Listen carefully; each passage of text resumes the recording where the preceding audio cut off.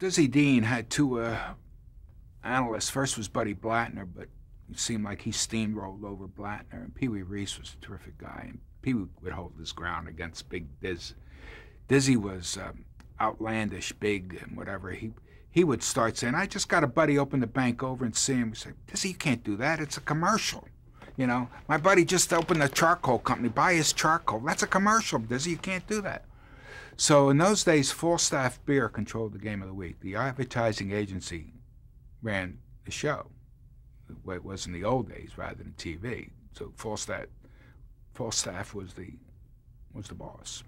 So Gene Kirby would be on headset with me because Dizzy wouldn't wear an IFB, which is full-back audio, meaning that the program audio heard, it's interrupted by the director in an earpiece, so he can speak to the talent and cue him. Dizzy wouldn't wear it. So I talked to Gene Kirby. Who was Gene Kirby? He was the ad agency man, the boss from Falstaff. He would be like Bill Paley would be.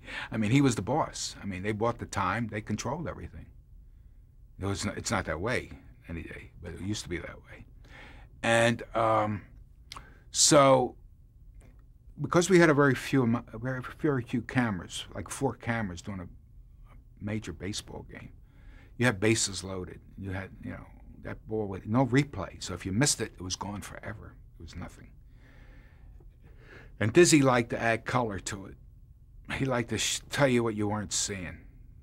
So you would put a notch in his belt. So he'd say, Tony used to talk to me. Announcers used to talk to you a lot in those days. Bill Mazer in New York say, "Tony, can I sit here?"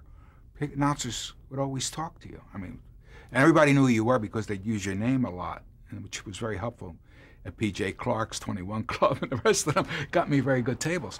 But Dizzy wouldn't watch the monitor. Now, important today, you have Al Michaels or John Madden, they can talk or whatever. The director's got plenty of cameras. He can pull it up or whatever.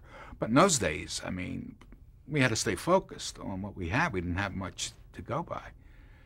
So Dizzy liked to read these telegrams, selling the barbecues, or selling the charcoals, whatever. So I knew he liked to read telegrams. So I sent him a telegram up in the booth, and it was delivered on the air.